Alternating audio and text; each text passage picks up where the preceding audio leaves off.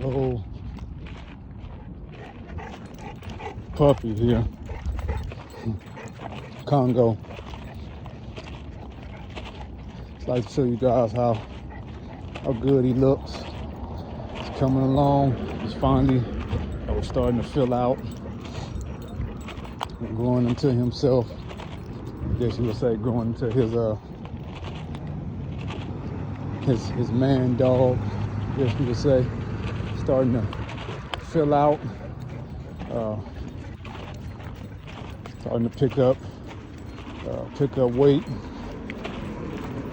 starting to look very, very good. You know, I don't know. My personal opinion, I think dogs at certain points in their life, when they're a puppy, they go through a funny looking stage. Not, maybe it's the wrong term analogy that I'm using, but I guess because they're not fully developed, you don't get to see the best of how they're going to look. But you know, he's starting to become a very, very good looking dog, starting to fill out well. He has a great temperament, as I've always said. I wouldn't ask for a better temperament as far as around my sons and my wife and myself at home. You know, when he playing with our sons, he doesn't get overly aggressive. Doesn't get aggressive at all. He plays with them excellent, I would say. I don't really have to correct him or anything when he's playing with them. Now I do watch him, which I believe, you know, you should, especially with a dog of his size, playing with young children that he's a lot bigger than and stronger than. You know, my oldest son, come here, is 11. My youngest son is 7. He's still a lot bigger and stronger than both of them are. And I just believe, you know, dogs should still be supervised when playing with children, regardless of how you may or may not think you can trust that dog. At the end of the day, he's still a dog. You know, he's still an animal. He should be treated as such. You know, I think when people start humanizing dogs, treating an animal like it's a human, I believe you possibly set the table for accidents and things to happen that could have been prevented.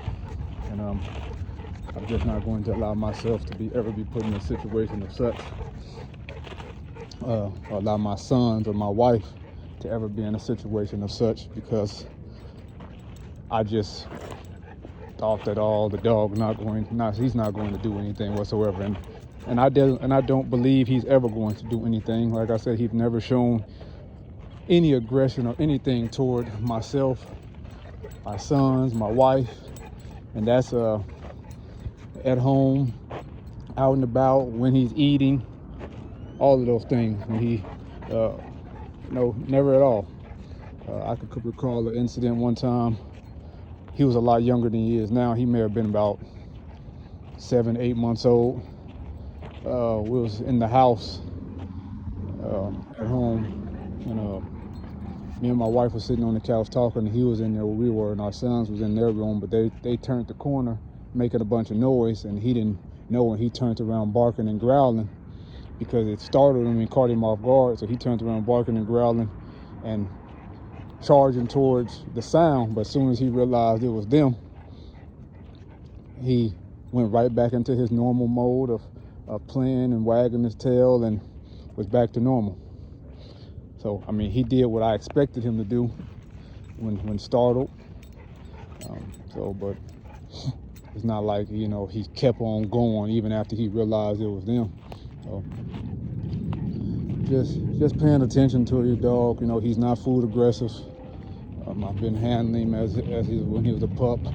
I can grab him by his feet, his tails. I can dig in his ear. I can open his mouth and check his teeth. I can lay him down, roll him over, check his stomach, or I can do anything with him, and I don't get an ounce of aggression whatsoever when handling him, nor do I ever expect or think that that's what I'm going to get from him. So it's just, even when he had a ear infection a little while back, and I didn't know he had an ear infection. I suspected that he had one due to him shaking his head quite often. And when I went to clean his ears, I think one of his ears may have been sore. But even in that instant, he still didn't show any aggression. He didn't try to bite me. He didn't snap at me. I haven't had any of those things. And I'm not saying that because you get a dog that do those things, that the dog may be a bad dog. I think dogs just react differently. But I also believe it's the way you raise them and the way you will bring them up. And they know what to expect from them. But I don't believe you should wait till a dog gets grown before you start trying to handle them and check their feet and their ears and tail and putting your hand in their food bowl while they're eating. I don't think you should wait that late to do all those things, because then you may yourself get a wide awakening and then you feel like the dog is a bad dog. No, it's just you didn't do the correct things when the dog was a pup coming up, and set the tone, and the dog and you have an understanding, and the dog knows what you will do, and knows that who's the boss and who runs the show. So I believe, just a lot of things that come into fact with it. Even though I've been around dogs since I was a young kid, since before I can even walk, still learning a lot about dogs myself. Still learning about breeds that I like, because there's all kinds of different information out there with breeds, but I just stick to the breed of dogs that I like. But I do like reading and knowing about other breeds that even if I would never even consider owning that breed of dog. I like just learning more information about dogs, their behaviors, their builds, their character, where they may have come from, what dogs created that dog, and what was the purpose. Because I believe nowadays there's a lot of breed of dogs being made, and I personally believe a lot of it is for financial gain that individuals have. They're trying to get some type of financial gain of the dog, but what was the dog's purpose for you creating a breed and these dogs together to make that dog? I think now it's mainly about people trying to get colors and want these big old dogs and so on and so forth. Like you want a French bulldog, just for an example, that everybody knows those dogs are known to get small, but you all of a sudden want to have the largest French bulldog in the world, or the first one.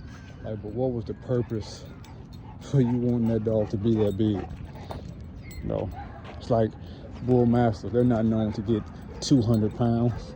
The English mastiffs tip that easily. You could take an English mastiff at 9-10 months old and it'll be bigger than him, and he's 18 months old. But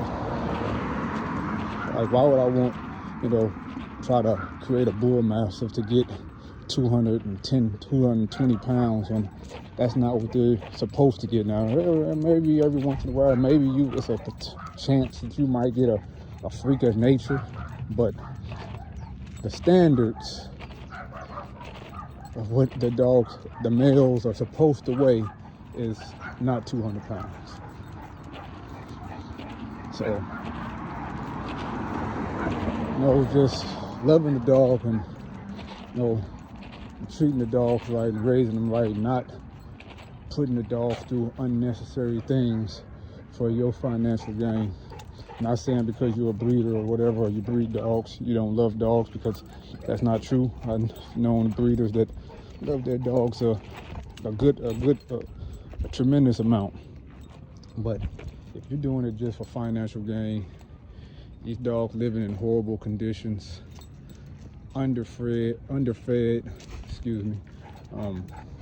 health problems, barely could walk, and and you just continuously doing it, but you're selling them for a large amount, but you have dogs that's not even living past the age of 2 or 3, that's a person that doesn't, in my opinion, doesn't really care for those dogs. The dogs are just a financial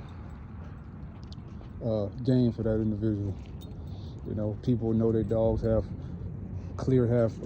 some type of issue that could potentially be passed on, but they'll breed that dog anyway because, you know, he or she may produce big puppies or may produce a certain color that's very popular that people like. I wouldn't dare do that. Like him, I had no plans on breeding him from day one. He's never going to be bred because he have things that he could pass on. His father had an eyelid problem where his eyelid, I guess, would grow over his eye, and he was going to have to have it surgically removed. And his father's brother, his uncle, had the same problem. He doesn't quite have that problem, but he do have one of his eyelids is kind of grown a little more. So when I take him to the vet, we always get it looked at to make sure that it isn't covering his eye or interfering with his vision. And that's something that could be passed on. I don't want to pass things like that on. You know, as far as his build, I like, but you know, his feet is not even as straight as I would like them. That would be another thing. You know, some people say dogs have easty-westy feet. His feet is not as bad, but his feet at times is easty-westy. You know, yeah, people can say, well, you could breed him with a female with straight feet. That's true.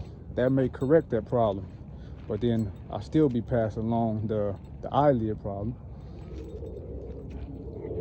You know, just sometimes, you know, you don't have to breed every dog because you don't have to breed every dog just because you have a male or female. And just because you have a male and a female dog doesn't mean those two dogs need to be bred together. Because I've also learned that, you know, breeding behaviors, you have a female or a male dog that's extremely aggressive or have real bad traits as far as their temperament, I wouldn't want to pass that on. You breed two extremely aggressive dogs together with one another and then wonder why you have a demon litter full of puppies. You know, now certain breeds, if that's what you want, maybe an American Pit Bull Terriers, maybe that's what you're looking for. You know, they were bred for such behaviors or whatever the case may be. I used to have an American Pit Bull Terrier as well years and years ago, named Kane. I've mentioned him before in a video maybe a couple weeks or so ago. He was no larger than 50 something pounds, about the heaviest he was. But I guess, you know, the gist of my video, you know, is to just love the dogs. Do what you love and love what you do.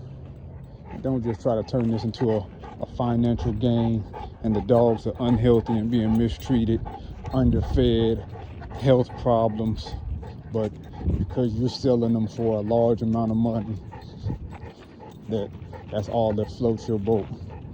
I believe it's a disservice to any breed of dog. And like I said, I believe COVID created a bunch of people to get into the dog business. And many of them, I won't say all of them, but many of them, and if it doesn't apply, let it fly, many of them are doing it just for the financial gain of it. They're doing it just for the money. Dogs is horrible looking, horrible conditions, and just for the financial aspect for many people. And I believe that's wrong, but to each his own. But if I had to make a lot of money, but the animals that I'm making the money off have to suffer and have to have health problems, then I would choose not to be in that line of work. You know. But just my thoughts on it, and just showing the development of Congo here as he continuously to improve in too long. He's only 18 months old. Looking beautiful, coat is shining, and good health. I love to get out and go for walks. We're just taking it easy right now. A lot of times, you know, if I take him out there to the lake, he's running around chasing after a coyote or two, you know, or whatever he can see to chase. But it's a video from me to you. Better the breeds. Do what you love what you do. But do it with all your heart. Love the dogs, raise them right, treat them right, put time, love, and effort into them. And you can get the dog to become as closest to what you want them to be, or maybe exceed what you're trying to get them to be. Until next time, love the dogs, better the breeds. Out.